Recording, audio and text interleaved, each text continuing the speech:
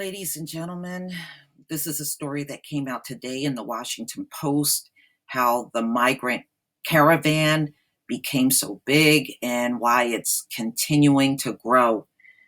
So, ladies and gentlemen, the last time I did a video, they were at 7,000. They said it's getting bigger and bigger. And it probably is. Chances are it is. They are still determined to make it to the US border. They feel they'll make it through because there is such a large number of them that they will be able to push their way over the US border. Trump, as I stated before, has threatened to send the military on the border. Now, I haven't heard anything definitive about that, but that doesn't mean anything, ladies and gentlemen. I mean, the military could technically already be there. They are just staying silent about it. That very well can be the case. But like I said, I don't think this is going to end so well for them.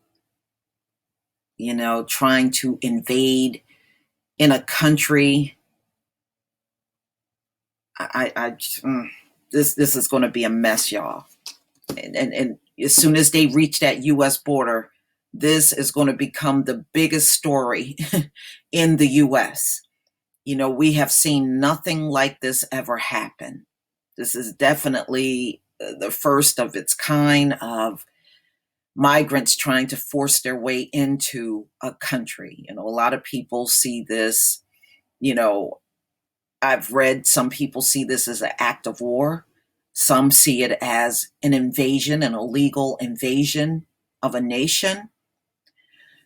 But either way, it is not going to end well for these folks. I just have that feeling.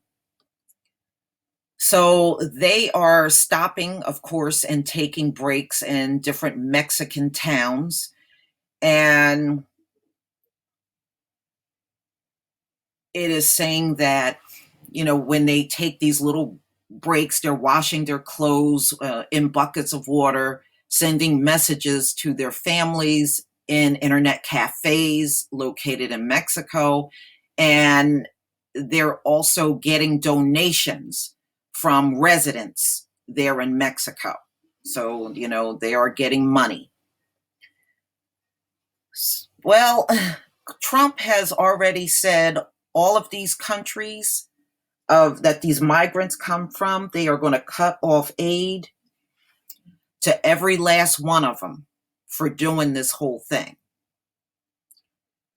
So I think there's a lot more involved in just Honduras, Guatemala, because they're also mentioning Venezuela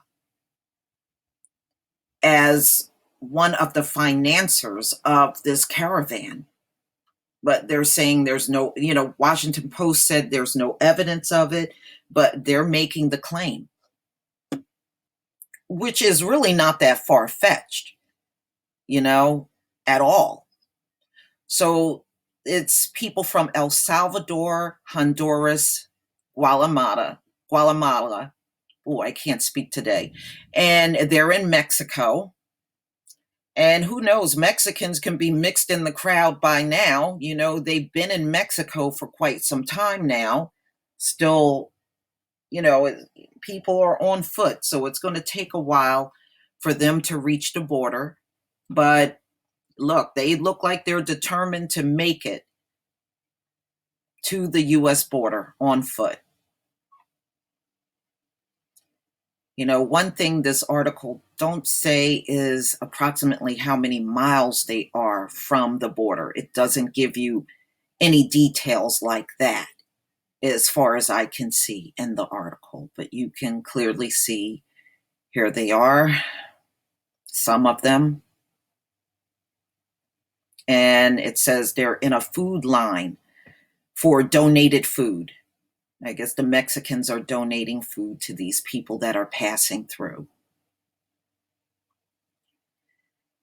Migrant caravans have traveled through Central America, part on human rights protest. part effort to guarantee safe passage to Central Americans traversing a dangerous route north. Normally, Central America migrating to the United States must pay a series of cartels linked smugglers to make the journey, a sum of, they're saying, more than $10,000, paying that to smugglers to get them across the border.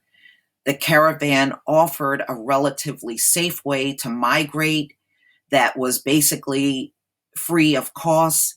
The last caravan, which left southern Mexico in March, received so much media attention, particularly during its final days. It appears to have set the groundwork for the current larger exodus, right? So, there have been groups of them coming to the border. We know that. We have known that for decades, okay? But nothing this size. I don't think there's ever been this amount of people all at one time coming to the US border. So,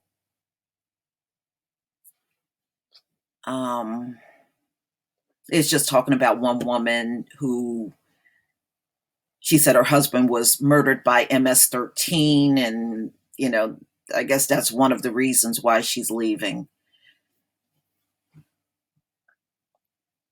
Okay, so she's saying, I didn't have the money to pay for a coyote, so the caravan was the only way, she said.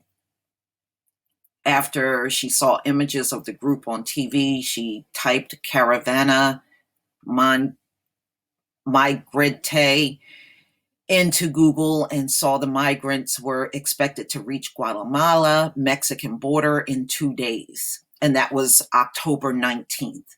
So she paid $10 for 3 separate bus tickets for 16 hours, making it to the border on time to catch the caravan. So she's just talking about a person that joined the caravan.